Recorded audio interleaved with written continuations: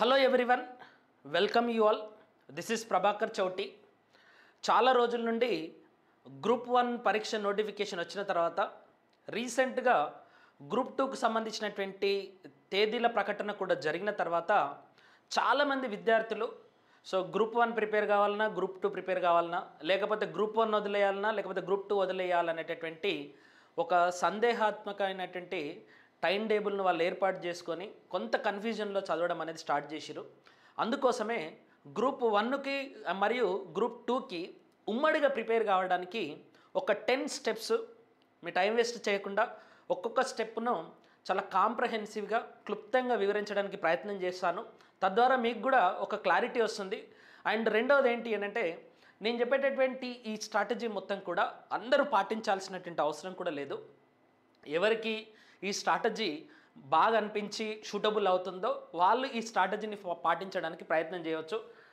దీంట్లో లాజికల్ వెతికి ఇది ఇట్లా అయితే ఎట్లా సార్, అది ఎట్లా సార్, ఇది ఎట్లా సార్, మేము ఇట్లా చేయాలనుకున్నాం కదా, మేము అట్లా చేయాలనుకుంటున్నాంగా, ఇక్కడ ఓన్లీ ఇది నా అభిప్రాయంలో నాకున్నటువంటి ఎక్స్పీరియన్స్ తోటి నేను చేసినటువంటి రీసెర్చ్ తోటి చెప్పేటటువంటి అంశాలు. మీకు కొత్త రీసెర్చ్ ఉండి మీ ఎక్స్పీరియన్స్ డిఫరెంట్గా ఉంటే you can choose your own path. Okay, ఇదేం కంపల్సరీ కాదు, మ్యాండేటరీ కాదు. ఓకే, మీకు ఈ వీడియోని అవాయిడ్ చేసేటటువంటి అవకాశం ఉంది, ఇగ్నోర్ చేసే అవకాశం ఉంది. దాంతోపాటుగా ఈ వీడియో నచ్చి దీన్ని ఇంకొకరికి షేర్ చేసేటటువంటి అవకాశం కూడా ఉంది.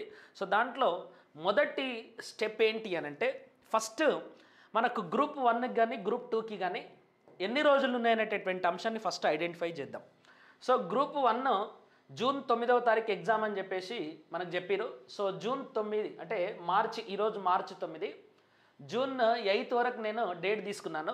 దాంట్లో ఇప్పటికీ దాదాపుగా ఎగ్జాక్ట్లీ 3 months టైం ఉంది. అంటే 90 days టైం మనకున్నది. 90 days, 91 days. తర్వాత 13 వారాలు ఉన్నది. 13 వారాలు ఉన్నది. ఓకే, ఇది మనకు గ్రూప్ 1కి మిగిలినటువంటి టైం. తర్వాత గ్రూప్ 2కి మిగిలినటువంటి టైం ఏంటి, మళ్ళొకసారి చూడండి. మార్చి 9 నుండి ఆగస్టు 7 వరకు నేను తీసుకున్నాను. దాంట్లో ఆల్మోస్ట్ ఎగ్జాక్ట్లీ 5 months టైం ఉన్నది. గ్రూప్ 1 ప్రిలిమ్స్కి గ్రూప్ 2కి మధ్యలో ఉండేటటువంటి గ్యాప్ ఎంత అంటే 2 months, అంటే 60 days టైం ఉంది. తర్వాత 21 weeks ఉన్నది. ఇక్కడ 13 వారాలు ఉంటే ఇక్కడ 21 weeks ఉన్నది, ఆల్మోస్ట్ 150 days. ఇది 90 days. అంటే గ్రూప్ 1 ప్రిలిమ్స్కి గ్రూప్ 2 పరీక్షకు మధ్య ఉండేటటువంటి గ్యాప్ ఆల్మోస్ట్ 60 days ఉన్నది. అంటే గ్రూప్ 1 ప్రిలిమ్స్ రాసిన తర్వాత మళ్ళీ గ్రూప్ 2 రాయడానికి ఉండేటటువంటి టైము 60 days టైం. ఈ 60 days టైం ఏంటి, 90 daysలో మనం ఏం చేయొచ్చు, రిమైనింగ్ 60 daysలో ఏం చేయాల్సినటువంటి ఆస్కారం ఉంటుందనేటటువంటి అంశాలని మనం ఒకసారి పరిశీలిద్దాం. దాంట్లో స్టెప్ నెంబర్ 1, గ్రూప్ 1కి గ్రూప్ 2కి కామన్గా ప్రిపేర్ కావాలి అని అనుకున్నప్పుడు, ఉమ్మడిగా ప్రిపేర్ కావాలి అనుకున్నప్పుడు ఈ 2 పరీక్షలలో ఉండేటటువంటి ఉమ్మడి అంశాలు ఏంటి అనేది మనం ఐడెంటిఫై చేద్దాం. Okay, what are the common features in group 1 as well as the group 2. Now see, common preparation days ఎన్ని. ఇంతకుముందు చెప్పినా కదా, కామన్ ప్రిపరేషన్ డేస్ అంటే గ్రూప్ 1 ప్రిలిమ్స్ వరకు మాత్రమే మనం కట్ ఆఫ్గా తీసుకుంటే మనకు 90 రోజుల సమయం మిగులుతుంది అండ్ 13 వారాల సమయం ఉన్నది. ఓకే, 90 రోజుల సమయము మరియు 13 వారాల సమయం ఉన్నది.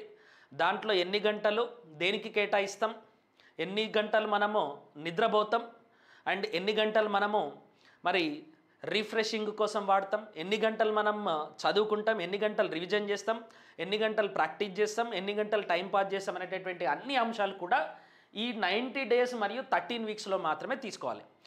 గ్రూప్ 1 ప్రిలిమ్స్ తర్వాత ఉన్నటువంటి 60 daysను మనం కౌంట్ చేయము. ఇప్పుడు అప్ టు గ్రూప్ 1 ప్రిలిమ్స్ వరకు మాత్రమే మనం టార్గెట్గా తీసుకుంటున్నాం, ఎందుకంటే కామన్గా ఉండేటటువంటి డేస్ ఇవి. రెండవ కామన్ అంశం ఏంటి అని అంటే, స్టెప్ 1లో కామన్ ఎగ్జామ్ ప్యాటర్న్, అంటే ఎగ్జామ్ ప్యాటర్న్లోకి వచ్చేవరకల్లా కామన్గా ఉండేటటువంటి అంశం ఏంటి గ్రూప్ 1లో గ్రూప్ 2లో. ఆల్మోస్ట్ 2 కూడా టీఎస్పీఎస్సీ నిర్వహించినప్పటికీ రెండిట్లలో కామన్గా ఉండేటటువంటి అంశం ఏంటి అని అంటే ఎంసీక్యూస్ మాత్రమే కామన్గా ఉంటాయి, మల్టిపుల్ చాయిస్ క్వశ్చన్స్. ప్రిలిమినరీ మాత్రమే గ్రూప్ 1 ప్రిలిమినరీని పరిగణలోకి తీసుకోవాలి, తర్వాత గ్రూప్ 2 మొత్తాన్ని పరిగణలోకి తీసుకోవడం మాత్రమే జరుగుతుంది. మెయిన్స్ అనేటటువంటి అంశం గ్రూప్ 2లో లేదు కాబట్టి this is not common feature. మెయిన్స్కి ఏం చేయాలనేది కూడా మనం మాట్లాడదాం. తర్వాత ఇప్పుడు మెయిన్స్ కూడా నేను చదువుతాను, అన్నీ కలిపే చదువుతాను అనేటటువంటి చాలామంది సీనియర్స్ ఉంటారు, మోస్ట్ సీనియర్స్ ఉంటారు. దాని తర్వాత మిరకిల్ ర్యాంకర్స్ ఉంటారు. మిరకిల్ ర్యాంకర్స్ అంటే నేను జస్ట్ 20 days చదివేసి ర్యాంకు పొందిన, నేను జస్ట్ కామన్గా ఈ 2 బుక్లే చదివి నేను ర్యాంకు కొట్టిన, నేను డైలీ 20 hours చదివి ర్యాంకు కొట్టిన అనేటటువంటి మిరకిల్ ర్యాంకర్స్ ఉంటారు. సో ఈ మిరకిల్ ర్యాంకర్స్కి మనం చెప్పేటటువంటి స్ట్రాటజీ వర్కౌట్ కాదు. మోస్ట్ సీనియర్ ఫెలోస్ ఉండి వాళ్ళే పాఠాలు చెప్పేటటువంటి స్థాయిలో ఉన్నటువంటి వాళ్ళు ఎవరైతే ఉంటారో వాళ్ళకు కూడా ఇది వర్కౌట్ కాదు. తర్వాత రాయల్ ఎంట్రీ అంబాసిడర్స్ ఉంటారు. రాయల్ ఎంట్రీ అంబాసిడర్స్ అంటే వాళ్ళు ఏదో ఒక జాబ్ చేస్తుంటారు, ఆ జాబ్లో నుండి వచ్చేసి టక్కుని ఇక్కడ వచ్చేసి జాబ్ కొట్టేసిపోతారు. వాళ్ళకి ఎట్లా జాబ్ వస్తుంది సార్ అంటే వాళ్ళు చిన్నప్పటి నుండి రకరకాల స్ట్రాటజీని ఫాలో అవుతూ జనరల్ స్టడీస్ని ఎప్పటికప్పుడు అప్డేట్గా పెట్టుకుంటూ ఉంటారు. సో ఈ ర్యాంకర్ చెప్పినటువంటి ప్రతి అంశం కూడా మనకు వర్తిస్తుందంటే వర్తించవచ్చు, వర్తించకపోవచ్చు. తర్వాత ఈ ర్యాంకర్ ఎక్కడ కూడా మనకు సిలబస్ను బోధించరు. వాళ్ళు ఎట్లా చదివారు, ఏం చదివారు అనేటటువంటి కొంత ఇన్స్పిరేషన్ కలిగించడానికి ప్రయత్నం చేస్తారు. కానీ ఇన్స్పిరేషన్ మాత్రమే మనకు ఎగ్జామినేషన్లో ఇన్స్పిరేషన్ మాత్రమే పనిచేస్తుందని చెప్పలేం. ఎంత ఇన్స్పిరేషన్ మనలో ఉన్నా ఖచ్చితంగా చేయాల్సినటువంటి అంశాలు ఏవైతే ఉంటాయో ఆ syllabus preparation, syllabus material, syllabus మీద ఫోకస్ చేసేటటువంటి అంశాలు ఏవైతే ఉంటాయో అవన్నీ ఉంటాయి. కాబట్టి ఈ రాయల్ ఎంట్రీ అంబాసిడర్స్కి కూడా మన యొక్క స్ట్రాటజీ వర్కౌట్ కాదు. ఎవరికి వర్కౌట్ అవుతుంది? ఫ్రెషర్స్కి, తర్వాత ఖచ్చితంగా ఉద్యోగం కొట్టాలి అని చెప్పేసి కసి ఉన్నటువంటి మధ్యస్థాయి వ్యక్తులకు. ఎందుకంటే competitive exam not meant for meritorious candidates only. కేవలం అత్యంత ప్రతిభా పాఠవాలు ఉన్నటువంటి వ్యక్తులకు మాత్రమే కాంపిటేటివ్ ఎగ్జామ్ ఉండదు. This is meant for those who is focused on a particular phenomenon. ఇప్పుడు సార్ నేను గ్రూప్ 2లో తహసీల్దార్ అవ్వాలనుకుంటున్నాను, నాకు 150 క్వశ్చన్స్ ఉన్నటువంటి ఎకానమీ ఎందుకు చదవాలి అని అంటే నువ్వు చేసే జాబ్కు నువ్వు రాసే ఎగ్జామ్కి అసలు సంబంధం ఉండదండి. మరి దేనితో సంబంధం ఉంటుంది అని అంటే ఎగ్జామ్ మీద ఎంత ఫోకస్డ్గా చదివిండు, ఎగ్జామ్ నేను ఒక క్వశ్చన్ ఇచ్చినప్పుడు ఈ వ్యక్తి ఎంత సీరియస్గా ఈ ఎగ్జామినేషన్ కొట్టి ఈ ఉద్యోగం చేయాలి అని అనుకున్నాడు అనేటటువంటి నీ సంకల్పాన్ని మాత్రమే పరీక్షిస్తారు. నీ యొక్క యాప్టిట్యూడ్ను పరీక్షిస్తారు, నీ యొక్క టైం టేబుల్ను పరీక్షిస్తారు, నీ యొక్క రిగరస్ ప్రయత్నం ఏదైతే ఉంటుందో దాన్ని పరీక్షిస్తారు తప్ప నువ్వు ఈ పరీక్షలన్నీ రాసిన తర్వాత ఉద్యోగంలో ఈ పరీక్షలు రాసినటువంటి తెలివి మాత్రమే ఉపయోగించాలనేది ఎక్కడుండదు. నువ్వు ఇప్పుడు ఆ పరీక్షలు రాసిన తర్వాత ఏ జాబ్ చేస్తావో ఎవరికి తెలియదు.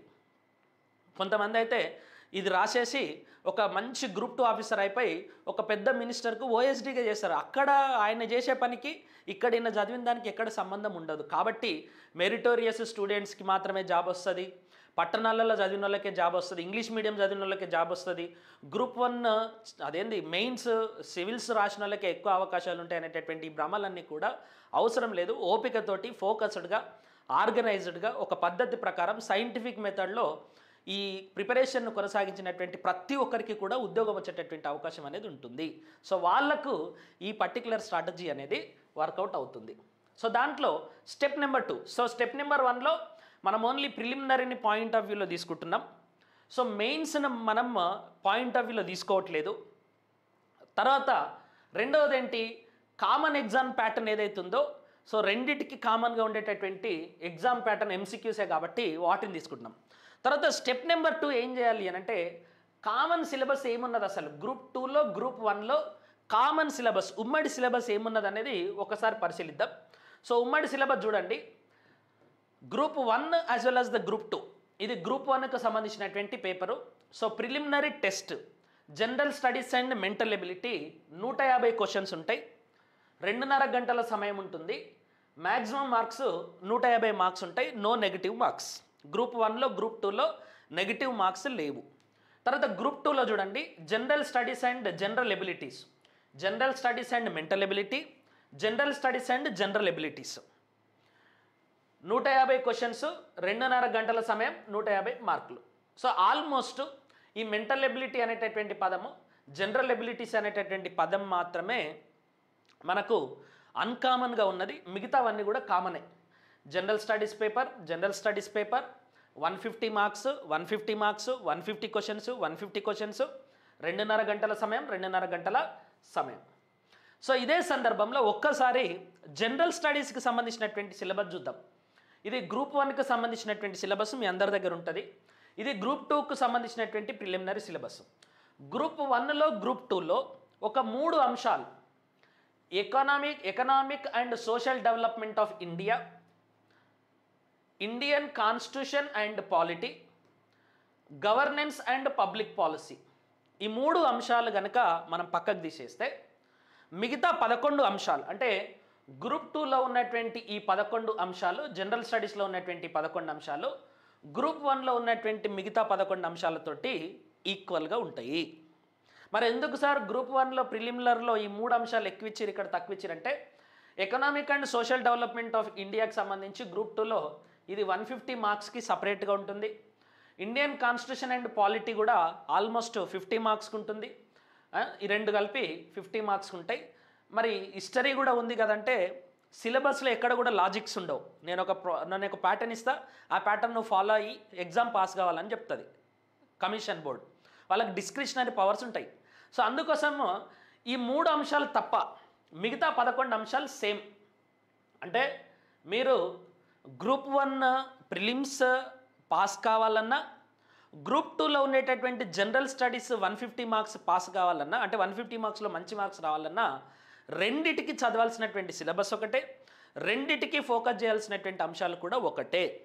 అందుకోసం దీనికి సపరేట్గా ప్రిపేర్ అవుతా, దీనికి సపరేట్గా ప్రిపేర్ అవుతా అనేటటువంటి సందేహాలు వద్దు. రెండిటికి ప్రిపేర్ కావచ్చు.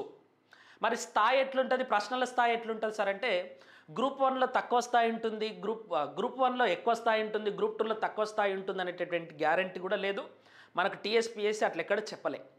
డిగ్రీ స్టాండర్డ్లో క్వశ్చన్స్ వస్తాయని గ్రూప్ 1కి చెప్పింది, డిగ్రీ స్టాండర్డ్స్లో క్వశ్చన్స్ వస్తాయని గ్రూప్ 2కి చెప్పింది.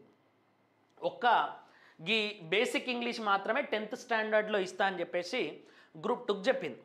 ఇక్కడ బేసిక్ ఇంగ్లీష్ ఉన్నది, ఇక్కడ లేదు. ఎందుకంటే గ్రూప్ 1 మెయిన్స్లో ఇంగ్లీష్ క్వాలిఫైయింగ్ పేపర్ ఉంటుంది. Got it? సో కాబట్టి ఇక్కడ ఉన్నటువంటి బేసిక్ ఇంగ్లీష్ ఇక్కడ లేదు. తర్వాత లాజికల్ రీజనింగ్ ఇక్కడ ఉంది, ఇక్కడ ఉంది, మిగతా అన్నీ ఇక్కడున్నాయి కరెంట్ అఫైర్స్తో సహా. కాబట్టి రెండిటికి కూడా కామన్ సిలబస్, కామన్ సోర్సు, తర్వాత కామన్ లెంగ్త్ అనేది ఉంటుంది. ఈ స్థాయి ఎక్కువ, ఈ స్థాయి తక్కువ అనేది ఏముండదు. గ్రూప్ 1లో కంటే గ్రూప్ 2లో ఇంకా మంచి కఠినమైనటువంటి ప్రశ్నలు రావచ్చు, గ్రూప్ 2లో కంటే గ్రూప్ 1లో మరింత కఠినమైనటువంటి ప్రశ్నలు కూడా రావచ్చు. సో ఏది ఎక్కడి నుండి వస్తుంది అనేది మనం చెప్పలేము. ఒక క్వశ్చన్ బ్యాంక్ ఉంటుంది టీఎస్పీఎస్సీకి. ఆ క్వశ్చన్ బ్యాంక్లో నుండి కంప్యూటర్ జనరేట్ చేసేటటువంటి క్వశ్చన్స్ ఎవరికి ఎట్లన్నా రావచ్చు. అది ఏ మెథడ్ ఫాలో అవుతారు టీఎస్పీఎస్సీ వాళ్ళు అనేది సీక్రెట్. కాబట్టి మీరు ఖచ్చితంగా దీనికి ఎంత స్థాయిలో చదువుతారో 100% దీనికి కూడా అంతే స్థాయిలో చదవాలి. కాబట్టి జనరల్ స్టడీస్కు మీరు కలిపి చదవచ్చు. ఎట్లా చదవాలి, ఏం చదవాలి అనేది ఇట్స్ అ డిఫరెంట్ మ్యాటర్. తర్వాత ఇది గ్రూప్ 2కు సంబంధించినటువంటి సిలబస్. గ్రూప్ 2కు సంబంధించినటువంటి సిలబస్లలో ఇక్కడ 150 మార్క్స్ ఉన్నాయి. ఇంతకుముందు చూసినటువంటి జనరల్ స్టడీస్ 150 మార్క్స్, మొత్తం కలిపి 600 marks. So already general studies మీరు గ్రూప్ 1 ప్రిలిమినరీ తోటి కలిపి చదువుతున్నారు. అంటే గ్రూప్ 2కి గ్రూప్ 1కి కామన్గా చదివేస్తున్నారు. తర్వాత మనకున్నటువంటి గ్రూప్ 2 సిలబస్లో మోస్ట్ ఇంపార్టెంట్ ఏంటి అంటే హిస్టరీ, పాలిటీ, సొసైటీ ఉన్నది. గ్రూప్ 1లో కూడా పేపర్ 2 అండ్ పేపర్ 3 కలిపి, paper 2 and paper 3 is equals to paper 2 in group 2. ఇది గ్రూప్ 2కి సంబంధించినటువంటి సిలబస్, ఇది గ్రూప్ 1కి సంబంధించినటువంటి సిలబస్. సో గ్రూప్ 1లో మనకు paper 2, paper 3 is equals to paper 2 in the group 2. ఇది గ్రూప్ 1. ఓకే, సో ఇది is equals to this one.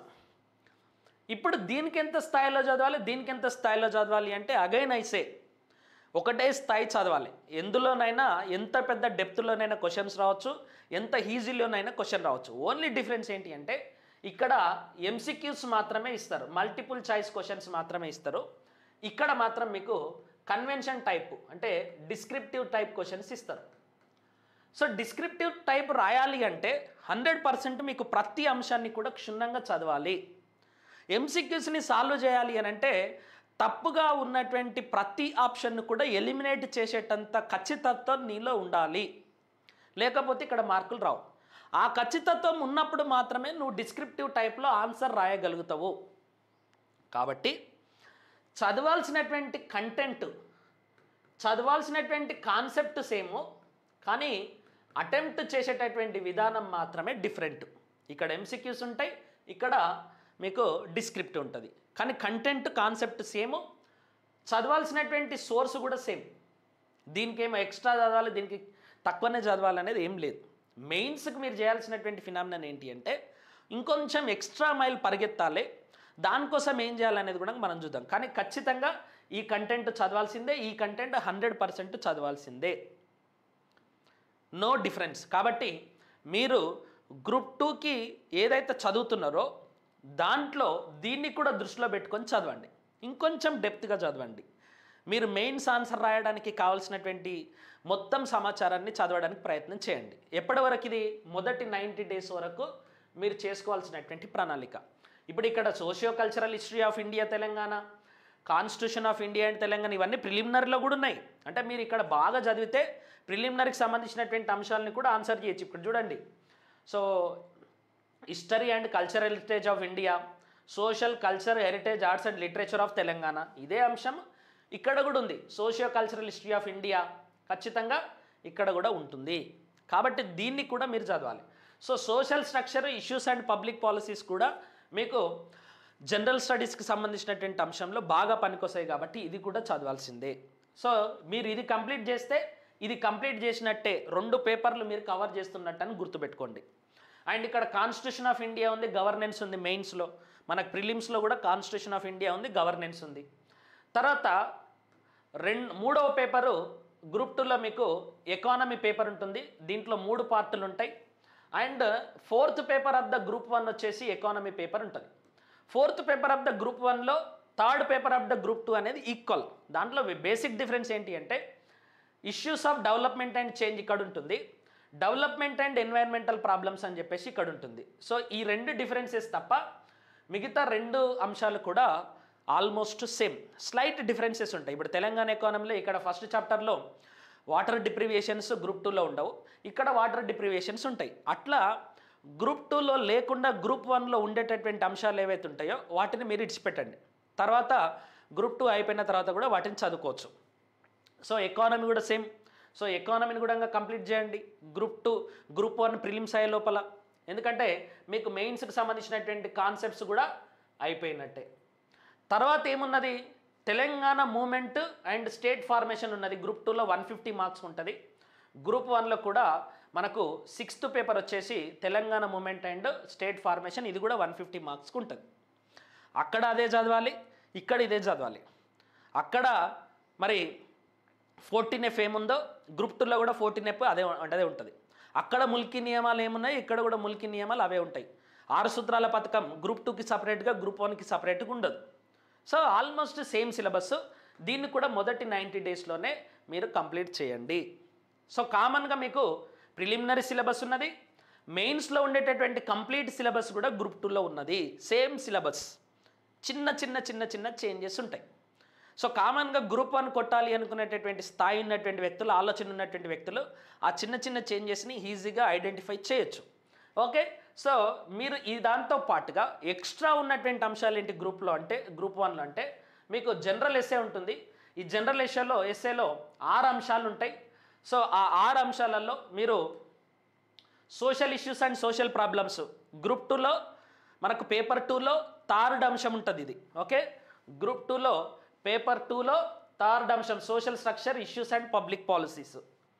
Okay, తర్వాత social issues of economic growth and justice, economy 150 మార్కులకు చదువుతారు మీరు. Dynamics of Indian politics, Indian politic governance already చదువుతారు మీరు. Historical and cultural heritage of India, already historical and cultural heritage of India రెండింటికి చదువుతున్నారు. Developments in science and technology మీకు separate paper ఉంటుంది, science and technology. దాంతోపాటుగా మీకు ప్రిలిమినరీలో 3వ అంశం general science, India's achievements in science and technology, same syllabus. Education and human resource development, HRD అంటారు. ఇది మనం ఎకానమీలో డెమోగ్రఫీ అనేటటువంటి చాప్టర్లో చదువుతాం. సో అంటే దీనికి సపరేట్గా ప్రిపేర్ కావాలా సార్ అంటే అవసరం లేదు. మీరు చదివే సిలబస్ను అద్భుతంగా డీప్గా సైంటిఫిక్గా పద్ధతి ప్రకారం కనుక చదివితే ఈ అంశాలన్నింటి మీద కూడా ఎస్సే రాసేటటువంటి కెపాసిటీ మీకు వస్తుంది. ఫస్ట్ మీకు కాన్సెప్చువల్ ఓరియంటేషన్ కావాలి. ఏ స్టెప్ తర్వాత ఏమొస్తుంది అనేది తెలియాలి. తర్వాత paper 5 science and technology and data interpretation ఉంది. సో దీంట్లో ఇది ఒక్కదాన్ని వదిలేస్తే modern trends in application of knowledge of science, తర్వాత science and technology, data interpretation ఇది మనకు లాజికల్ రీజనింగ్లో ఉన్నది ప్రిలిమ్స్లో, అండ్ ఇది emerging science and technology emerging achievements అని చెప్పేసి ఉన్నది. సో ఈ రెండు కూడా మళ్ళీ ప్రిలిమినరీలో టచ్ అవుతాయి.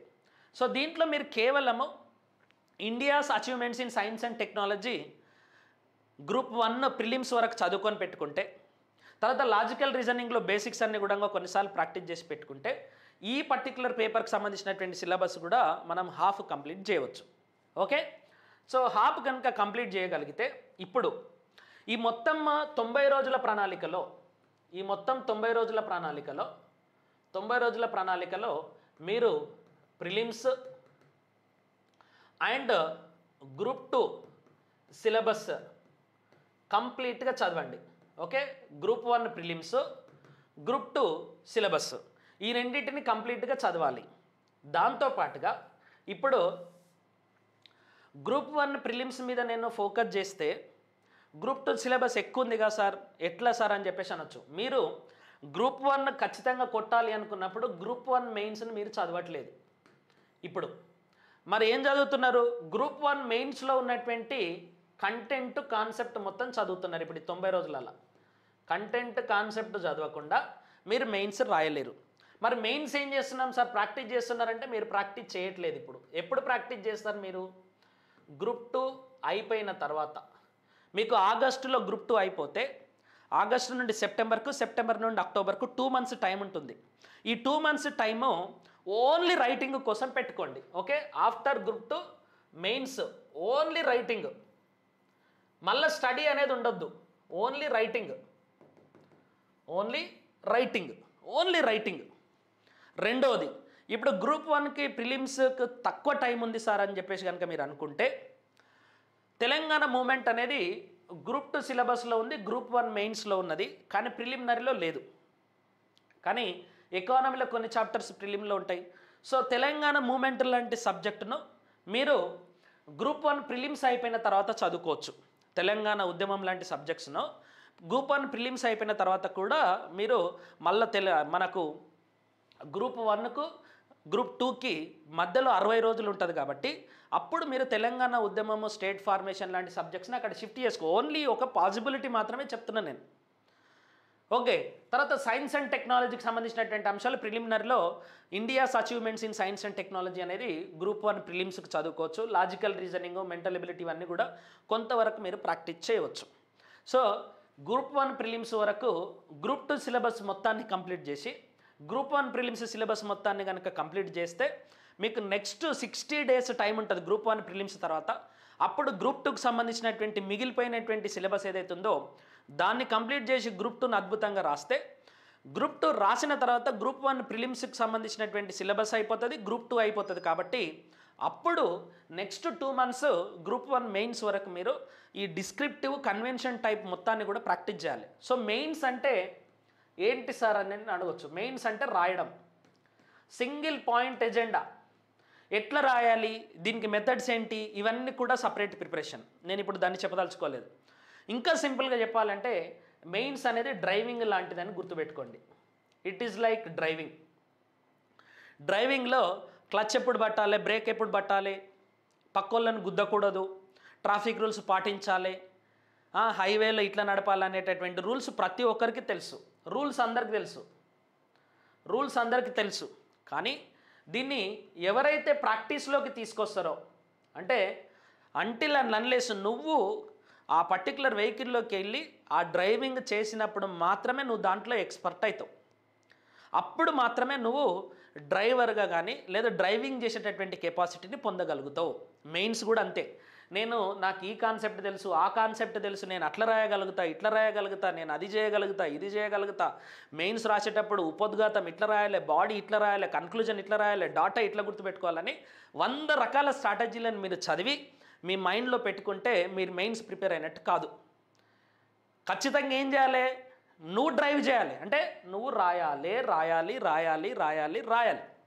అప్పుడు మాత్రమే నీకు రాయడం తెలుసా లేదా, నువ్వు రాయగలుగుతావా లేదా, నీకు మైండ్లో వచ్చిందంతా కూడా ఎక్స్ప్రెస్ చేయగలుగుతావా లేదా అనేది కౌంట్లోకి వస్తుంది. కాబట్టి గ్రూప్ 2 అయిపోయిన తర్వాత ఉన్నటువంటి 60 రోజులు కంప్లీట్గా రాయడానికే పెట్టుకోండి మీరు.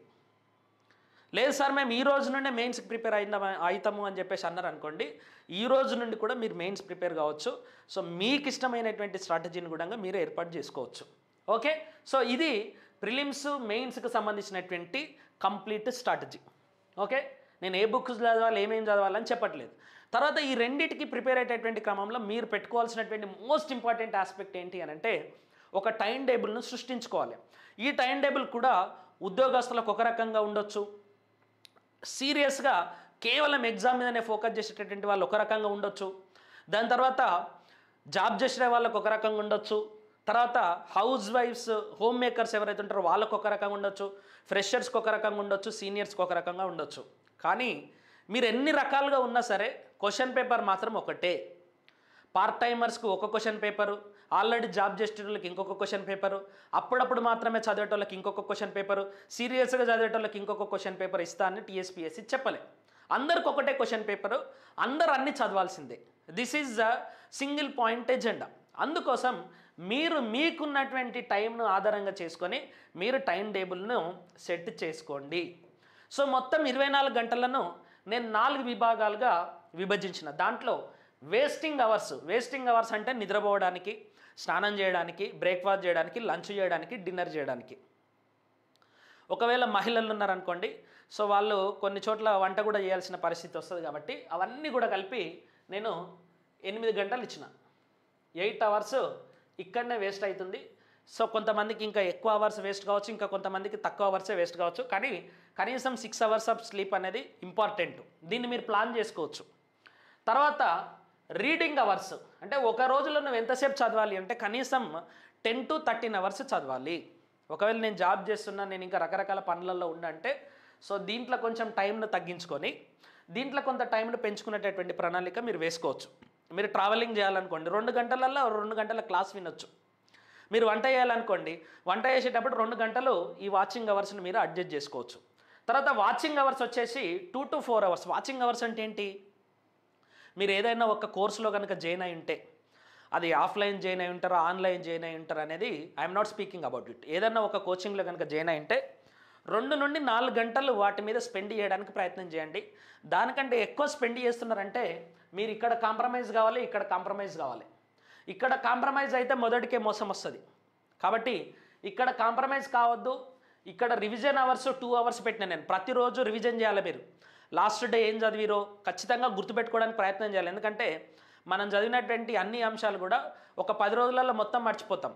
ఓకే, 4 రోజులలో సగం మర్చిపోతాం, 2 రోజులలో 25% మర్చిపోతాం, నెక్స్ట్ డేకి ఒక 20% మర్చిపోతాం. ఇదంతా సైంటిఫిక్గా ఎవాల్వ్ చేసిరు. అట్లా మర్చిపోకుండా ఉండాలి అని అంటే నువ్వు చదివినటువంటి ప్రతి అంశాన్ని, నువ్వు చూసినటువంటి విన్నటువంటి ప్రతి అంశాన్ని రివిజన్ చేసుకోవడానికి కనీసం 2 గంటలు టైం కేటాయించాలి. ఇంకా మళ్ళీ మీరు ప్రాక్టీస్కి సంబంధించి కూడా టైం కేటాయించుకోవాలి. సో ఒక వారాన్ని యూనిట్గా తీసుకుంటారా, ఒక రోజుని యూనిట్గా తీసుకుంటారా, ఒక మంత్ని యూనిట్గా తీసుకొని ప్రిపేర్ అవుతారు అనేది మీ ఇష్టం. ఒక వారం అంతా తీసుకొని 6 రోజులు ఒక ప్రణాళిక ప్రిపేర్ అయ్యి 7th డే రోజు ఇంకొక ప్రణాళికను, అంటే 7th డే రోజు కొంత రివిజన్కు ప్రాక్టీస్కు పెట్టుకోవచ్చు. సో ఆ రకంగా మీరు వీక్, డే, మంత్ దేన్నైనా మీరు ఫోకస్ కూడా తీసుకోండి. కానీ ఒక రోజు మొత్తాన్ని కూడా కనీసం 4 విభాగాలుగా మీరు విభజించుకోండి. దీంట్లో రివిజన్కు టైం ఉండాలి. మీరు ఒకవేళ క్లాసెస్ కనుక చూస్తున్నారనుకోండి, దానికి సమయం ఉండాలి. ఒకవేళ మీరు క్లాసెస్ చూసేది లేదు, ఓన్లీ చదవడమే ఉందనుకోండి, ఈ టైం మొత్తాన్ని కూడా మీరు ప్రాక్టీస్కి ఎట్టండి.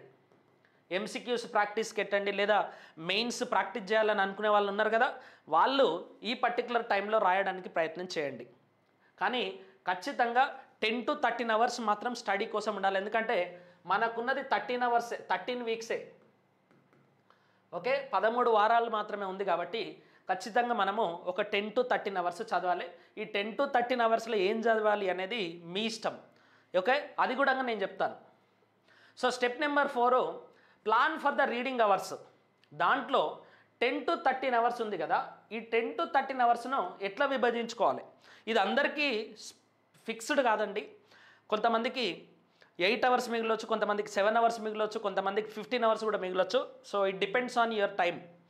సో మీరు ఈ పర్టికులర్ టైంలో ఒక 2 లెంగ్తీ సబ్జెక్టులను తీసుకోవాలి. So history, geography, economy, polity లాంటి సైన్స్ అండ్ టెక్నాలజీ లాంటి లెంగ్తీ సబ్జెక్ట్స్ ఏవైతే ఉంటాయో ఈ 2 లెంగ్తీ సబ్జెక్టులను సెలెక్ట్ చేసుకొని ఆ 2 లెంగ్తీ సబ్జెక్టులకు ఎంత టైం కేటాయించాలనేది కూడా రాసుకోండి. ఓకే, సో దాంట్లో ఒక 1 అవర్ క్లాస్ని 2 అవర్స్ చదవడమా, లేక మొత్తం క్లాస్ని తర్వాత క్లాస్ వినడమా, లేదా క్లాస్ ఏం వినకుండా చదవడమా, లేదా 2 గంటలు చదివి ఒక అర్ధగంట ఎంసీక్యూస్ని ప్రాక్టీస్ చేయడమా, ఇది మీరు డిసైడ్ చేసుకోండి. ఖచ్చితంగా ప్రతిరోజు ఒక 2 లెంగ్తీ సబ్జెక్ట్స్ని చదవండి. లేదు వారమంతా ఒకటే చదువుతా సార్ నేను అట్లా అనుకుంటే మీ ఇష్టం అది. లేదు సార్ నేను రోజు 4 సబ్జెక్టులు వారమంతా చదువుతుంటే కూడా నీ ఇష్టం అది. బట్ సజెస్టబుల్ మెథడ్ ఏంటంటే 2 సబ్జెక్టులు చదివితే మీకు కూడా కాన్సన్ట్రేషన్ బాగుంటుంది. తర్వాత ఒక రోజుకు 3 నుండి 5 డైలీ టాస్కులు చేయండి ర్యాండమ్గా.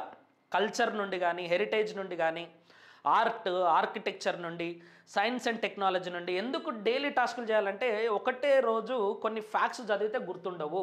కాబట్టి చాలా ఫ్యాక్ట్స్ మనము బాగా గుర్తుపెట్టుకోవాలి. మీకు ఇష్టం ఉన్నా లేకున్నా ఈ డాటాను, ఫ్యాక్ట్స్ని గుర్తుపెట్టుకోవాలి. కాబట్టి ప్రతిరోజు ఒక 3 నుండి 5 అంశాలు మీరు రాసుకొని వాటి మీద కొంత సమయం కేటాయించి ఆ పర్టికులర్ అంశాలన్నింటినీ కూడా రోజు నేర్చుకోవాలి. అట్లా మీరు 90 రోజులు నేర్చుకోవాలి. మోస్ట్ ఇంపార్టెంట్ అంశాలు ఇప్పుడు సైన్స్ అండ్ టెక్నాలజీ ఉన్నది, దాంట్లో India's achievements in science and technology అన్నాడు. సో జిఎస్ఎల్వి, పిఎస్ఎల్వి ఉట్టిగానే గుర్తుండవు. ఖచ్చితంగా వాటిని రోజు నేర్చుకోవాలి. రోజు కొంచెం నేర్చుకోవాలి. అదే రకంగా హెరిటేజ్ ఉంది.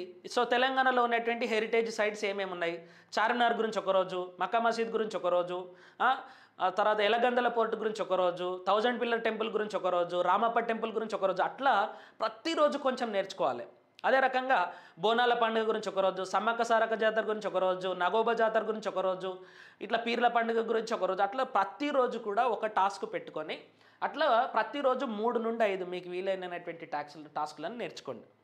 తర్వాత ప్రతి వీక్ ఒక కరెంట్ అఫైర్ను మీరు ఖచ్చితంగా కంప్లీట్ చేయాలి. అంటే ఒక నెలకు సంబంధించినటువంటి కరెంట్ అఫైర్స్ను ఒక నెలలో ఖచ్చితంగా కంప్లీట్ చేయాలి. ఎన్ని రోజులకు సంబంధించినటువంటి కరెంట్ అఫైర్స్ ఇస్తారు? మనకు అట్లీస్ట్ 12 months పెట్టుకుందాం. ఆన్ యావరేజ్ కొన్నిసార్లు 18 నెలల వెనుక నుండి, 2 సంవత్సరాల వెనుక నుండి కూడా ఇస్తారు. ఎప్పుడు ఇస్తారు అని అంటే ఆ పర్టికులర్ అంశం ఇంకా రిలవెన్స్లో ఉంటే ఇస్తాడు. ఓకే, సో ఆ పర్టికులర్ అంశం యొక్క రిలవెన్స్ని బట్టి కరెంట్ అఫైర్స్ ఇస్తూ ఉంటాడు. సో ఆన్ యావరేజ్గా మరి మనం 1 year కరెంట్ అఫైర్స్ పెట్టుకుంటే జూన్లో మనకి ఎగ్జామ్ అవుతుంది కాబట్టి సో జూన్ టు జూన్ చూసుకుందాం. సో జూన్లో ఎగ్జామ్ అవుతుంది కాబట్టి జూన్ టు మే వరకు మనం చదువుకుందాం. June 9కి ఎగ్జామ్ అవుతుంది. కొన్నిసార్లు అయితే 1 week ముందు జరిగినటువంటి అంశాలను కూడా అడిగిండు. సో ఇప్పుడు జూన్ టు మే చదువుకుంటే దాదాపుగా మీరు 12 నెలల కరెంట్ అఫైర్స్ చదవాలి. మనకు 13 వారాల టైం ఉన్నది. ఒక వీక్ వదిలేస్తే 12 వారాల టైమే ఉంటుంది. 12 నెలలకు సంబంధించినటువంటి కరెంట్ అఫైర్స్ ఖచ్చితంగా చదవాలి. మీరు ఒప్పుకున్నా ఒప్పుకోకున్నా మీకు డైజెస్ట్ అయినా కాకుండా ప్రతి వారం మీరు ఒక నెలకు సంబంధించినటువంటి కరెంట్ అఫైర్స్ను పూర్తి చేయాల్సిందే. ఎట్టి పరిస్థితులలో ఆ నెలలో మీరు ఆ నెలకు సంబంధించినటువంటి కరెంట్ అఫైర్స్ పూర్తి చేయాల్సిందే. దానికోసం ప్రతిరోజు మీరు గంట కేటాయించుకుంటారా, 2 గంటలు కేటాయించుకుంటారా, ఓ 4 కలిసి చదివి సో కంబైన్డ్ స్టడీస్కి బాగా వనుకొస్తుంది కరెంట్ అఫైర్స్. ఒక 4 కలిసి ఒక వారంలో మరి కొన్ని పేజీలన్నింటినీ కూడా చించుకొని మీ 20 pages కనుక చదివారనుకోండి, ఈ 4 కలిపి ఒక గంట సేపు 2 గంటలు కూర్చొని ఆ పర్టికులర్ అంశాలను ఒకరినొకరు కనుక ఎక్స్ప్లెయిన్ చేసుకోగలిగితే ఇంకా బాగుంటుంది. కరెంట్ అఫైర్స్, డైలీ టాస్కులు, గ్రూప్ స్టడీలో చేయాల్సినటువంటి అంశాలు ఎక్కువ లాభాలు వస్తాయి. ఒక 4-5 ఉంటే ఇంకా బాగా లాభం వచ్చేటటువంటి అవకాశం అనేది ఉన్నది. కాబట్టి స్టెప్ నెంబర్ 4లో మీరు రీడింగ్ అవర్స్ని డిసైడ్ చేసుకోండి, ఏ సబ్జెక్ట్స్ చదవాలనో డిసైడ్ చేసుకోండి. దాంతోపాటుగా డైలీ టాస్క్లను మీరు కంప్లీట్ చేయండి. దాంతోపాటుగా ఎవ్రీ వీక్ ఒక కరెంట్ అఫైర్స్ మ్యాగజైన్ మీరు అయిపోగొట్టాలి. తర్వాత స్టెప్ నెంబర్ 5 ఏం చదవాలి సార్, సో ఏ టాపిక్ ఏం చదవాలని చెప్పేసి అడుగుతారు. సో మీరు నా సిన్సియర్ అడ్వైజ్ ఏంటి అని అంటే ఇప్పుడు ఉన్నటువంటి సోషల్ మీడియాలో సో యూట్యూబ్లో కానీ, ట్విట్టర్లో కానీ, ఇన్స్టాగ్రామ్లో కానీ అట్లా చాలామంది రకరకాలుగా ఎక్స్పర్ట్స్ పెడతారు, తర్వాత యూట్యూబర్స్ పెడతారు, సీనియర్ ఆస్పిరెంట్స్ పెడతారు, నాలాంటి ఫ్యాకల్టీస్ ఈ బుక్ లిస్టులు పెడతారు. Group 2 book list, group 1 book list అని చెప్పేసి పెడతారు. దీన్ని చూసి ఇది మాత్రమే సోర్స్ ఆఫ్ రీడింగ్ అని చెప్పేసి మీరు అనుకోవద్దు. ఎందుకంటే క్వశ్చన్స్ ఏ పుస్తకం నుండి వస్తాయనేటటువంటి అంశంలో ఎవరికి కూడా క్లారిటీ లేదు. మరి ఏం చదవాలి సార్, ఎవరిని నమ్మాలి అని అనొచ్చు. మీరు ఇప్పుడు ప్రిలిమినరీలో 13 అంశాలు ఉన్నాయంటే ఈ 13 అంశాలకు సంబంధించి ఆయా ఫ్యాకల్టీస్ లేదా మీకు బాగా నమ్మకం ఉన్నటువంటి ఫ్యాకల్టీని అడిగి, లేదా వాళ్ళు ఎక్కడైనా ఇగో నా సబ్జెక్ట్కి ఈ పుస్తకాలు చదవండి అని కనుక చెప్తే అప్పుడు మీరు ఆ పుస్తకాన్ని ప్రిఫేర్ కావడానికి చూడండి. ఒకటే దగ్గర అన్ని బుక్ లిస్ట్ వచ్చింది కదా, సో ఒకరోజు అశోక్ నగర్ పోయి అన్ని పుస్తకాలు కొనుక్కొని వచ్చి ఇదంతా అయిపోగొట్టిన సార్ అంటే కుదరదు. సెలెక్ట్ చేసుకునేటప్పుడే ఇప్పుడు మీరు ఇండియన్ పాలిటీ చదవాలి. ఇండియన్ పాలిటీ అనేటటువంటి సబ్జెక్టుకు ఎన్ని పుస్తకాలు ఉన్నాయి సార్ అని అంటే మీకు ఇండియన్ పాలిటీలో పిఎం బక్షి అనేటటువంటి పుస్తకం ఉంటుంది, సుభాష్ ఎస్ కశ్యప్ అనేటటువంటి పుస్తకం ఉంటుంది, ఓకే. తర్వాత డిడి బసు అనేటటువంటి పుస్తకం ఉంటుంది. Most famous Indian polity Laxmikanth అనేటటువంటి పుస్తకం ఉంటుంది. ఇక మన తెలుగు ఆథర్స్లోకి కనుక వస్తే మన కృష్ణ ప్రదీప్ సార్ రాసినటువంటి Indian polity, Prabhakar Reddy sir రాసినటువంటి ఇండియన్ పాలిటీ, దాంతోపాటుగా రఘురామ్ సార్ రాసినటువంటి ఇండియన్ పాలిటీ, చైతన్యదేవ్ సార్ రాసినటువంటి ఇండియన్ పాలిటీ, ఇట్లా చాలా రకాలైనటువంటి పాలిటీస్ ఉంటాయి. ఇంకా నేను కొన్ని మర్చిపోయి ఉంటాను, గుర్తొస్తలేవో. అట్లా చాలా పుస్తకాలు ఉంటాయి. మరి ఏదన్నా ఒక ఫ్యాకల్టీని అడిగితే నా పుస్తకం మాత్రమే చదవండి అని చెప్తారు కదా అని అనుకోవచ్చు మీరు. నిజంగా మీకు ఆ ఫ్యాకల్టీ మీద నమ్మకం ఉందనుకోండి, ఆ ఫ్యాకల్టీ బాగా చెప్తాడు అనేటటువంటి ఒక కాన్ఫిడెన్స్ కనుక ఉందనుకోండి, ఎనీ ఫ్యాకల్టీ ఖచ్చితంగా ఆ పుస్తకాన్ని తీసుకోండి. ఏమైనా డౌట్స్ వచ్చినప్పుడు ఆ సార్ని అడగండి, ఆ సార్ క్లాసులు ఏమైనా ఉంటే వినండి, ఆ సార్ యొక్క ప్యాటర్న్ని మీరు ఫాలో కావడానికి ప్రయత్నం చేయండి. Got it. కానీ ఎక్స్పర్ట్ యొక్క సలహా తీసుకున్న తర్వాత మాత్రమే మీరు పుస్తకాన్ని తీసుకోండి. రాంగ్ గైడెన్స్ ఇచ్చేటటువంటి అవకాశం ఉంది అనుకున్నప్పుడు మీరు వాళ్ళని నమ్మాల్సిన అవసరం లేదు. నేనైనా ఇంకొకరైనా ఎవరైనా సరే మీకు బాగా జెన్యూనిటీ ఉండి జెన్యూన్గా ఈ సార్ చెప్తాడు, జెన్యూన్గా ఈ సార్ రీసోర్సెస్ చెప్తాడు, జెన్యూన్గా ఈ సార్ దీని గురించి చెప్తాడు అనేటటువంటి అంశం కనుక ఉంటే అప్పుడు ఆ సార్ను సంప్రదించండి. మీరు పర్సనల్గా పోయి కలవండి, ఫోన్లో సంప్రదించండి, ఏ మార్గం ఉంటే ఆ మార్గంలో వెళ్ళండి. యూట్యూబ్ ఉంటే యూట్యూబ్ చూడండి, ఎట్లనన్నా చేయండి. కానీ ప్రతి సబ్జెక్టుకు ఆయా సబ్జెక్టు లేక ఎక్స్పర్ట్ వాళ్ళు తెలంగాణలోనే ఉండాల్సిన అవసరం లేదు. ఇప్పుడు సైన్స్ అండ్ టెక్నాలజీకి సంబంధించి తెలంగాణలో ఎవరేం చెప్పారు అదే చూడాల్సిన అవసరం లేదు. సైన్స్ అండ్ టెక్నాలజీ అనేది ఇండియా లెవెల్లో ఉంటుంది. ఇండియా లెవెల్లో కూడా మీకు ఎవరు ఏ ఎక్స్పర్ట్ చెప్తున్నాడు అనేటటువంటి అంశాలు కూడా మీరు సెర్చ్ చేసుకోవచ్చు. దీని మీద కొంత రీసెర్చ్ చేయాలి. 1-2 రోజులు రీసెర్చ్ చేస్తేనే మీకు అర్థమవుతుంది. లేదు నేను తేరగా ఇంట్లో కూర్చుంటాను, ఒక యూట్యూబ్లో వచ్చినటువంటి అన్ని చూసుకొని చేసుకుంటా అంటే అది మీ ఇష్టం అండి.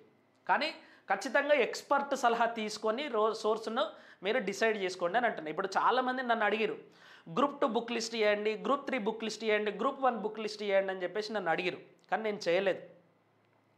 ఎందుకు చేయలేదు అని అంటే ఒక్కొక్క వ్యక్తి యొక్క సామర్థ్యాన్ని బట్టి, ఒక్కొక్క వ్యక్తి యొక్క టైంను బట్టి, ఒక్కొక్క వ్యక్తి యొక్క అంటే దాని అంశాన్ని బట్టి చెప్పాలి. ఇంకోటి ఇప్పుడున్నటువంటి సిలబస్కు మరి స్టాండర్డ్ బుక్స్ ఏమేమి చదవాలనేటటువంటి ఒక అర్ధగంటలో గంటల్లో చెప్తే అయిపోయేది కాదు.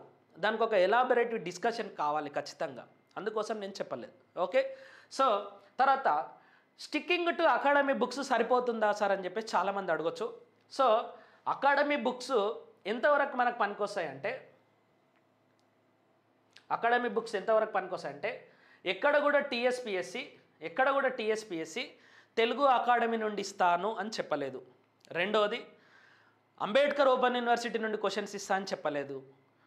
తర్వాత ఇందిరాగాంధీ ఓపెన్ యూనివర్సిటీ నుండి క్వశ్చన్స్ ఇస్తా అని చెప్పలేదు. స్కూల్ బుక్స్ నుండి క్వశ్చన్స్ ఇస్తాను కూడా చెప్పలేదు. ఇది ఒక పాయింట్. రెండో పాయింట్ ఏంటంటే ఇంతకుముందు ప్రీవియస్గా చూసినటువంటి చాలా క్వశ్చన్స్ అకాడమిక్ బుక్ నుండి వచ్చినాయి సార్, తెలుగు అకాడమీ నుండి వచ్చినాయి అని చెప్పేసి చెప్పొచ్చు. ఖచ్చితంగా ఇవే క్వశ్చన్స్ మళ్ళీ నెక్స్ట్ ఎగ్జామ్లో కూడా రిపీట్ అవుతాయి అంటే చెప్పలేము. ఎందుకంటే లాస్ట్ ఇయర్ మనం గ్రూప్ 1 ప్రిలిమ్స్ 2 సార్లు చూసినాం. సో దాంట్లో పెద్దగా పని చేయలేదు. ఇప్పుడు వీటికి ఎక్కడ స్టిక్ కావాలి అని అంటే మీరు హిస్టరీకి సంబంధించినటువంటి అంశాలు చదివేటప్పుడు కానీ హిస్టరీ, తర్వాత జాగ్రఫీలో కూడా మళ్ళీ కరెంట్ అఫైర్స్ ఉంటాయి. దాంతోపాటుగా మీరు హెరిటేజ్కి సంబంధించినటువంటి అంశాలు, కల్చర్కి సంబంధించినటువంటి అంశాలు, ఆర్ట్ అండ్ లిటరేచర్కి సంబంధించినటువంటి అంశాలు, దాంతోపాటుగా కాన్సెప్చువల్ బ్యాకప్ కోసము తెలుగు అకాడమీ బుక్స్ చదవచ్చు. కానీ అప్డేట్స్ ఉన్నటువంటి కొన్ని అంశాలు ఉంటాయి కదా, సో సైన్స్ అండ్ టెక్నాలజీలో వచ్చేటటువంటి అచీవ్మెంట్స్ కానీ, ఎకానమీలో వచ్చేటటువంటి అప్డేట్స్ కానీ, కరెంట్ అఫైర్స్కి సంబంధించినటువంటి అంశాలు కానీ, ఇవన్నిటిని కూడా ఖచ్చితంగా మీరు ప్రైవేట్ ఆథర్స్ యొక్క బుక్స్ మీద ఆధారపడాల్సిందే. కాబట్టి దీనికి మాత్రమే నేను స్టిక్ అవుతా అంటే కొంత మీరు మళ్ళొకసారి ఆలోచించాల్సినటువంటి ఆస్కారం ఉంటుంది. మరి ప్రైవేట్ ఆథర్స్ ఏం చదవాలి సార్ అని అంటే మళ్ళీ చెప్పినా కదా, take the advice of the experts. Okay, so I'm only suitable to suggest you what to read as per as the economy is concern. So Telugu అకాడమీలో ఉన్నటువంటి మరి ఎకానమీ బుక్ సరిపోతుందా సార్ అంటే, తెలుగు అకాడమీలో ఇంతలా బుక్ ఉంటుంది, పోటీ పరీక్షల ప్రత్యేకము తెలుగు అకాడమీ.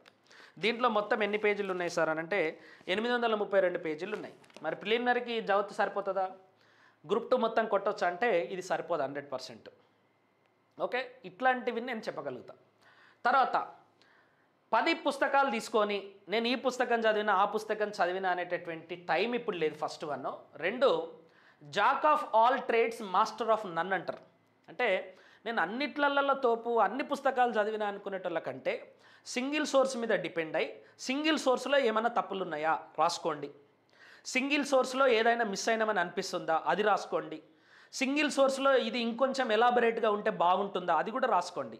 ఈ ఎలాబరేషన్ కోసము, తర్వాత ఈ అప్డేషన్ కోసము, దాని తర్వాత ఈ తప్పులను రెక్టిఫై చేసుకోవడానికి మాత్రమే ఇంకొక రిఫరెన్స్, సెకండరీ రిఫరెన్స్ చూసుకోండి తప్ప మళ్ళీ ఆ పుస్తకాన్ని కూడా అట్ట టు అట్ట ఎప్పుడు కూడా ఈ ఏదైనా ఒక పుస్తకం ఉందనుకోండి, ఈ పుస్తకంను ఫస్ట్ పేజ్ నుండి లాస్ట్ పేజ్ వరకు చదవాలి అనేటటువంటి దాన్ని కూడా పెట్టుకోకండి.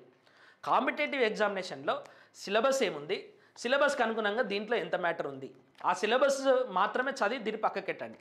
మళ్ళీ సిలబస్లో ఇంకొక అంశం ఉంటే మళ్ళీ ఆ అంశం చదివి పక్కకెట్టండి తప్ప కవర్ టు కవర్ నేను చదువుతానేటటువంటి అలవాటు ఏదైతుందో అది అకాడమిషియన్స్కి పనికొస్తుంది తప్ప కాంపిటేటివ్ ఎగ్జామినేషన్ ప్రిపేర్ అయ్యేటటువంటి వాళ్ళకు పనికిరాదు అనేటటువంటి అంశాన్ని గుర్తుపెట్టుకోండి. సో ఎక్కువ సోర్సెస్ మీద ఆధారపడకండి. దీనికి మీకు ఒక 1 year టైం ఉన్నది, 2 years టైం ఉన్నదంటే దిస్ ఈజ్ పాసిబుల్. మీకు ఎక్కువ టైం లేదు కాబట్టి సింగిల్ సోర్సు, దాంట్లో 3 అంశాలు గుర్తుపెట్టుకోవాలి. 1 ఎక్స్పర్ట్ అడ్వైస్ తీసుకోవాలి, 2 చదివిన సోర్స్లో 3 అంశాలు చెక్ చేసుకోవాలి, ఏమైనా తప్పులు అనిపించినాయా, 2 ఏదన్నా ఇంకా ఎలాబరేషన్ కావాలన్నా, 3 కొన్ని టాపిక్స్ మిస్ అయినాయా, ఈ అంశాలను మాత్రమే సెకండరీ సోర్స్లో మీరు చూసుకోవాలి. ఓకే, సో దాని తర్వాత ఎక్కువ సోర్సెస్ మీద మీరు ఆధారపడకుంటే మంచిది. తర్వాత స్టెప్ నెంబర్ 6 మోస్ట్ ఇంపార్టెంట్. ఇది ఫస్ట్ మీరు ఈ సోషల్ మీడియా నుండి డీటాక్సికేట్ కావాలి. సో ఒక రోజులో 50 సార్లు, 100 సార్లు, 25 సార్లు వాట్సాప్ చూస్తుడు, ఫేస్బుక్ చూసుడు, ట్విట్టర్ చూసుడు, ఇన్స్టాగ్రామ్ చూసుడు, ఇంకొక యాప్ చూసుడు అనేటటువంటి అంశాలు ఏవైతే ఉంటాయో దీని నుండి మ్యాక్సిమం డీటాక్సిఫై కావాలి మీరు. ఎందుకంటే ఇంత పెద్ద డిస్ట్రాక్షన్ ఉన్నటువంటి సందర్భంలో మీరు ఫోకస్ చేయడం కుదరదు. కాబట్టి వీలైనంత దూరంగా మీరు సోషల్ మీడియాకు ఉండండి. వాట్సాప్లో ఏమొస్తుంది, ఫేస్బుక్లో ఏమొస్తుంది, ఈ 3 నెలలు మర్చిపోండి. మరి మాకు సమాచారం ఎట్లా తెలుస్తుంది సార్ అని అంటే, నీకు ఏది కావాలన్నా అది మాత్రమే పెట్టుకో, మిగతా ఏమన్నా అవసరం లేదు. ఓకే, సో మన ఊరు గ్రూప్లో ఏం జరుగుతుంది, మన 10th క్లాస్ గ్రూప్లో ఏం జరుగుతుంది, ఇంటర్ గ్రూప్లో ఏం జరుగుతుంది, యూనివర్సిటీ గ్రూప్లో ఏం జరుగుతుంది, మన స్టడీ హాల్ గ్రూప్లో ఏం జరుగుతుంది, ఎవరెవరు ఏమేమి మెసేజ్లు పెడుతున్నారు అనేటటువంటి ఈ డైవర్షన్స్ అన్నిటిని కూడా దయచేసి వదిలేసేయండి. మీరు గంట సేపు చదివిన తర్వాత బ్రేక్ తీసుకోవాలనుకుంటే నీళ్లు తాగండి, ఛాయ తాగండి, ఒక 4 మాట్లాడండి, డిస్కస్ చేయండి, ఓ 4 నిమిషాలు కళ్ళు మూసుకోండి, లేదా ఒక 4 అడుగులు వాకింగ్ చేయండి తప్ప మళ్ళీ ఫోన్ తీసుకొని ఈ గంట సేపట్లో ఏమేమి వచ్చినాయని చెప్పేసి చెక్ చేసుకునేటటువంటి పరిస్థితి ఉంది అని అంటే you are wasting your time. కాబట్టి detoxicate yourself from the social media. తర్వాత అనవసర అంశాలు మీరు పట్టించుకోకండి. మీకు సంబంధం లేనివి, మా అక్క పెళ్ళి అయితే లేదంట, మా తమ్ముని పెళ్ళి అయితే లేదంట, మా ఫ్రెండ్ గానికి పెళ్ళి అయితే, ఇవన్నీ మీకు అనవసరం, వాళ్ళు చేసుకుంటారు. రకరకాల అంశాలను మీ మైండ్లోకి తీసుకోకండి. ఫస్ట్ వాటన్నిటిని కూడా మీరు ఓకే, సో వీలైనంత దూరంగా ఉండ అనవసరమైనటువంటి అంశాలు. రెండోది మన పరిధిలో లేనటువంటి అంశాల గురించి కూడా పట్టించుకోకండి. దీన్నే మనం ఏమంటామంటే సర్కిల్ ఆఫ్ ఇన్ఫ్లుయెన్స్, తర్వాత circle of concern. So circle of concern అంటే ఏంటి అని అంటే, ఈ దేశంలో అసలు పేదరికమే ఉండొద్దని చెప్పేసి నీకు అనిపిస్తుంది, నువ్వు తీర్చగలుగుతావా?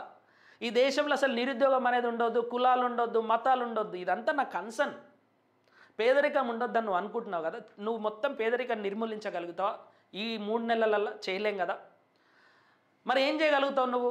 ఎవరన్నా నీ దగ్గరకు వచ్చి సార్ 10 రూపాయలు ఇవ్వండి అని చెప్పేసి అడిగినప్పుడు, లేదా ఎవరన్నా సహాయం చేయాలని అడిగినప్పుడు నీకు తోచింది ఒక 10 రూపాయల 20 రూపాయల నువ్వు ఏం చేయగలుగుతావు అది చేసి అంతే ఇడిచిపెట్టేసాయి ఇప్పుడు ఈ 3 నెలలకైతే. తర్వాత టీఎస్పిఎస్సి మరి గ్రూప్ 1, 2, 3 గురించి ఏమేమి అంశాలు చెప్తున్నది? ఇప్పుడు ఒక మేడం వచ్చేసి హారిజాంటల్ రిజర్వేషన్ మీద ధర్నా చేస్తుంది. సో ఇప్పుడు ఆమె ఏం చేయొచ్చు? కాంగ్రెస్ ఎట్లా స్పందించవచ్చు? ఈ ఎలక్షన్స్లలో ఎవరు గెలుస్తారు? కాంగ్రెస్ గెలుస్తుందా, బీజేపీ గెలుస్తుందా, టీఆర్ఎస్ గెలుస్తుందా, ఇండియా కూటమి ఏం చేయబోతుంది, ఎన్డీఏ కూటమి ఏం చేయబోతుంది? ఇవన్నీ మన కన్సర్న్ అంతే. మనం ఇన్ఫ్లుయెన్స్ చేసేది ఏంది? నీ ఓటు మాత్రమే. నీ ఓటు ఒకటి ఎక్కడ వేయాలనో డిసైడ్ చేసుకొని వేసేసి సరిపోతుంది అంతే, మిగతాయి పట్టించుకోకు. సర్కిల్ ఆఫ్ కన్సర్న్ ఉండొద్దు, సర్కిల్ ఆఫ్ ఇన్ఫ్లుయెన్స్ ఏదైనా ఉంటే నువ్వు ఆలోచించు. నెక్స్ట్, మనం ప్రభావితం చేయలేనటువంటి అంశాలను కూడా మీరు పట్టించుకోవద్దు. If you are not in a position to influence something, leave it for 3 months at least. So ఇప్పుడు ఏంటేంటి నేను ప్రభావితం చేయాలనంటే, అనంత్ అంబానీ పెళ్ళి జరిగింది, 1000 కోట్లు ఎట్లా ఖర్చు పెడతాడు సార్ అని నువ్వు ఆలోచించవచ్చు, నీకు అనిపించవచ్చు. కానీ ఆయనకు పైసలు ఉన్నాయి, ఖర్చు పెట్టిండు. దాన్ని మనం ఏమైనా ఇన్ఫ్లుయెన్స్ చేయగలుగుతామా? ముఖేష్ అంబానీతో మనం మాట్లాడగలుగుతామా? చూపెట్టకుండా సోషల్ మీడియాలంటే ఆగుతుంది? ఇవన్నీ మనం ప్రభావితం చేయలేము, ఇడిచిపెట్టండి అవన్నీ. బిగ్ బ్యాంగ్ థియరీ సక్సెస్ అవుతుందా? బుల్లెట్ ట్రైన్ వస్తుందా? ఇవన్నీ మనం చేయలేం. తర్వాత వ్యక్తిగత కుటుంబ సమస్యలు ఏమన్నా ఉంటే కూడా వాటిని కొన్ని రోజులు డిలే చేయండి. మీరు ఎవరితోటైనా బాగా కొట్లాడేది ఉంది, ఒక 3 నెలలు ఆగు, తర్వాత కొట్లాడదామని చెప్పండి. సార్ అవి ఆగుతాయంటే ఆపాలే. మీరు మీ యొక్క రెస్పాన్స్ని బట్టి ఉంటుంది. ఇప్పుడు మిమ్మల్ని కుక్క కరుస్తుంది, ఇమ్మీడియట్గా రెస్పాండ్ అయిపోయి ఆ కుక్కను కొట్టడానికి పోతాం, దాన్ని రియాక్టెన్స్ అంటాం, మనం రియాక్ట్ అంటాం. కానీ మీరు రెస్పాండ్ అవ్వాలి. దేనికి రెస్పాండ్ అవ్వాలి? మనం రోజు కుక్కలతో ఏం కొట్లాడాం కదా. రెస్పాండ్ అంటే ఏంటి? ఆలోచనతో కూడుకున్నటువంటి స్పందన. సో మిమ్మల్ని ఒక ఆయన ఫోన్ చేసి మిమ్మల్ని తిట్టిండు, ఏమని? ఏమ్రా నువ్వు జాబ్ సాధిస్తావా, అసలు నీతోటి అవుతుందా అని చెప్పేసి మిమ్మల్ని అడిగిండు అనుకోండి, నువ్వు నన్నంట వారా, నీ కథ తెలియదా అని చెప్పేసి నువ్వు మాట్లాడుకుంటూ ఉండొద్దు. సర్లే ఇప్పుడు 90 రోజులు ఉంది కదా, చదివిన తర్వాత మాట్లాడుకుందాం లేమమ్మా, ఇప్పుడు ఎందుకు అవన్నీ అనండి. దాన్ని రెస్పాండ్ అంటారు. రియాక్ట్ అంటే ఏంటి? వాడిని కూడా 2 మాటలు తిట్టి మన ఈగోని సాటిస్ఫై చేసుకోవడం. సో మీరు రెస్పాండ్ అవ్వడం నేర్చుకోండి. కుటుంబ సమస్యలు, వ్యక్తిగత సమస్యలు ఏమైనా ఉంటే. తర్వాత రాజకీయ సామాజిక సమస్యల్ని కొన్ని రోజులు పక్కన పెట్టండి, ఒక 90 days పక్కన పెట్టండి. ఓకే, రాజకీయ సామాజిక సమస్యలు అంటే నాకంటే మీకే బాగా తెలుసు కాబట్టి వాటిని కొన్ని రోజులు పక్కన పెట్టండి. తర్వాత step number 7, focus on your preparation only. Single point agenda. ఇది మీకు గ్రూప్ 1 ప్రిలిమ్స్ మాత్రమే కనిపించాలి, ఇంకేం కనిపించొద్దు. గ్రూప్ 1 ప్రిలిమ్స్ మాత్రమే కనిపించాలి, ఇంకేం కనిపించొద్దు. ఫోకస్ చేయాలంటే ఏంటి? డిస్ట్రాక్షన్ ఏవైతే చేస్తున్నాయో మిమ్మల్ని వాటిని ఇడిచిపెట్టండి. సోషల్ మీడియా కానీ, అనవసర దోస్తాను కానీ. సో ఫోకస్ అంటే ఏం చేయాలి? కరెంట్ అఫైర్స్ మీద ఫోకస్ చేయండి. మీతోటి ఎవరన్నా ఫోన్ మాట్లాడడానికి ప్రయత్నం చేసిరు, కరెంట్ అఫైర్స్ మాట్లాడండి. దోస్తులు ఉంటారు, కరెంట్ అఫైర్స్ మాట్లాడండి. ఛాయ్ దగ్గరికి పోతారు, కరెంట్ అఫైర్స్ మాట్లాడండి. రూమ్లో ఫ్రెండ్స్ ఉంటారు, కరెంట్ అఫైర్స్ డిస్కస్ చేయండి. ఇక్కడనే ఫోకస్ చేయండి. మీ ఏదన్నా ఇష్యూ డైవర్సిఫైడ్ అవుతుంది అని అనుకున్నప్పుడు మీరు ఇమీడియట్గా దాన్ని కాన్షియస్నెస్ తోటి బంద్ చేయాలి, లేకపోతే అక్కడ నుండి వెళ్ళిపోవాలి. తర్వాత సింగిల్ పాయింట్ ఎజెండా. 10 అంశాలు పెట్టుకోకండి. ఎవరిని కలుస్తున్నాం, ఎందుకు కలుస్తున్నాం, వాళ్ళతోటి మనకేం పని ఉంది, ఈ 3 నెలలు మీరు అదే గమనించాలి. ఏంటి సింగిల్ పాయింట్? ఒకసారి కలవాలన్నది బయట, ఎందుకు కలవాలన్నది? ఉట్టిగానే. ఏడుకోతున్నావు, ఏడికి లేదు. ఎందుకు పోతున్నావు, ఏమో తెలియదు. ఇట్లా ఉండొద్దు. మనం ఆయన ఇట్లా పోతుంటాడు, ఏడుకోతున్నావు అంటే ఏడికి లేదు. మరి ఇక్కడ ఎట్లా పోతున్నావు అంటే ఉట్టిగానే పోతున్నా. మళ్ళీ ఎప్పుడు వస్తావంటే ఏమో, వస్తావా రావంటే తెలియదు. ఇట్లా ఉండొద్దు. సో సింగిల్ పాయింట్ ఎజెండా ఉండేటట్టు మీరు మీటింగ్స్ని ఏర్పాటు చేసుకోండి. తర్వాత ఇప్పుడు మీ దోస్తానంతా కూడా ప్రిపరేషన్ అయ్యేటటువంటి దోస్తులతోటే మీరు కొన్ని రోజులు దోస్తాన్ చేయండి. లైక్ మీరు అశోక్ నగర్లో ఉన్న, ఊర్లో ఉన్న, ఎక్కడున్నా, సో మీరు ఫోన్లో అయినా సరే, పర్సనల్గా కలిసినా సరే, ఖచ్చితంగా ప్రిపరేషన్లో ఉన్నటువంటి వాళ్ళనే ఎక్కువ దోస్తాన్ చేయండి. అండ్ అతిగాళ్ళని వదిలేయండి. సో మీ మైండ్స్లలో నెగిటివిటీని స్ప్రెడ్ చేసేటటువంటి వాళ్ళు ఉంటారు కదా, వాళ్ళని వదిలేయండి. వాళ్ళు ఎవరైనా సరే, నువ్వు సాధించలేవు, నీతోటి ఏమవుతుంది, హాయిగాడ అశోక్ నగర్లో అంతగానం చదివిన వాళ్ళకి రాదు, కానీ నువ్వు ఇంట్లో కూర్చొని వంటలు చేసుకుంటే అన్నీ చేసుకుంటే నీకు వస్తుందా అనేటటువంటి వాళ్ళని వదిలేసేయండి. వాళ్ళని కంప్లీట్గా అరే నువ్వు ఇన్ని రోజులు చదవలేదు ఇప్పుడు చదువుతూ వస్తుంది అనేటటువంటి వాళ్ళని కూడా వదిలేసేయండి. ఆల్ నెగిటివ్ పీపుల్ని మీరు వదిలేసేయండి. మళ్ళా 3 నెలల తర్వాత వాళ్ళ సంగతి చూసుకుందాం మనం. ఇప్పుడు ఏం అవసరం లేదు పగలు ప్రతీకారాలు. తర్వాత స్టెప్ నెంబర్ 8, మీరు ఖచ్చితంగా ఏం చదివిరో దాన్ని ఖచ్చితంగా రివిజన్ చేసుకోవాలి. మీరు తెల్లారజాంగా నిద్రలేసి రివిజన్ చేసుకుంటారా, పండుకునేటప్పుడు రివిజన్ చేసుకుంటారా, లంచ్ చేసేటప్పుడు రివిజన్ చేసుకుంటారా, కానీ ఖచ్చితంగా ప్రతిరోజు నువ్వు ఒక 2 to 3 అవర్స్ ఖచ్చితంగా నిన్న చదివింది, మొన్న చదివింది, లాస్ట్ వీక్ చదివింది ప్రతిరోజు కూడా రివిజన్ అనేది మోస్ట్ ఇంపార్టెంట్. విషయాలు మర్చిపోయేటటువంటి అవకాశం ఉంది కాబట్టి రివిజన్ చేసుకోండి. తర్వాత అనదర్ మోస్ట్ ఇంపార్టెంట్ స్టెప్ మీకు ఎంసీక్యూస్ని ప్రాక్టీస్ చేయడం.